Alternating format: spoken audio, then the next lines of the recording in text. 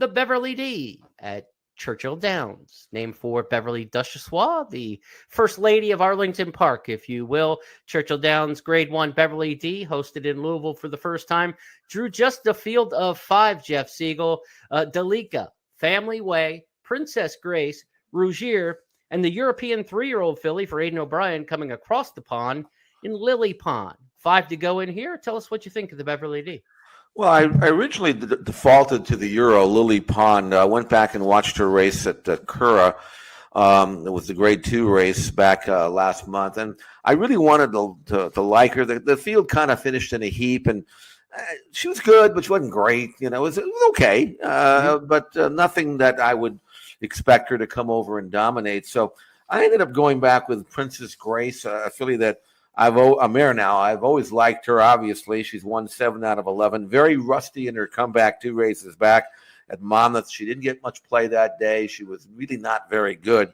But in her most recent race, she got her confidence back, or at least I got my confidence back in her when she won at Parks and had won the race that she'd won the previous. And I'm thinking maybe she's now back to where she is, Jeremy. And I think if she runs back to that Parks race last month, she can build on that and come back and win again. Well, let's go to Chris Griffith's call of the race from Parks, the Dr. James Penny Memorial that you're talking about to see in action last time out, Princess Grace. Princess Grace reaches the top of the lane and she kicks on and she's got plenty. Princess Grace is now 2 lengths in front. Flirting Bridge is unleashed down the center of the course outside of Love in the Air. Princess Grace is still finding more approach to the 16th. Just has to hold off Flirting Bridge, who gets closer. But Princess Grace goes back to back, wins the Grade 3 and the newest millionaire in horse racing. Princess Grace with a dominating victory over Flirting Bridge. Jeff, when you see a field of 5, a lot of times you think these races can kind of be cat and mouse games and be manipulated up front if there's not much pace. I don't see a lot of pace in here. I think Princess Grace goes to the lead like she did at Parks last time.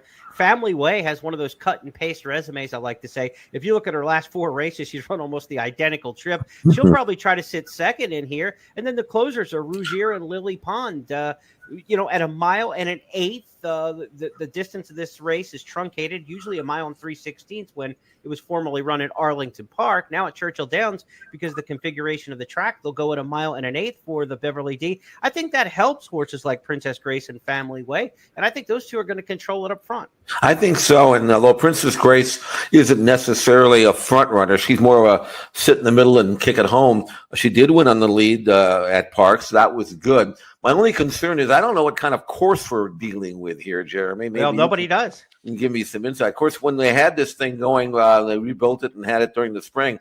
The speed was not good at all. I mean, the closers won everything. So we're going to have to go to school a little bit here. But I do think Princess Grace, in the fact that her buyer number improved 11 points between her comeback race, which was her first race since last November, and then her next start, which was the one we just saw. I'm hoping that because she's had a couple of really nice breezes at Fairhill since that race, that she's going to step forward yet again for Michael Stidham.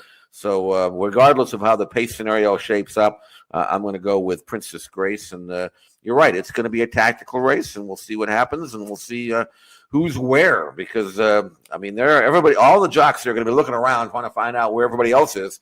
Princess Grace can be the controlling speed if she wants to be.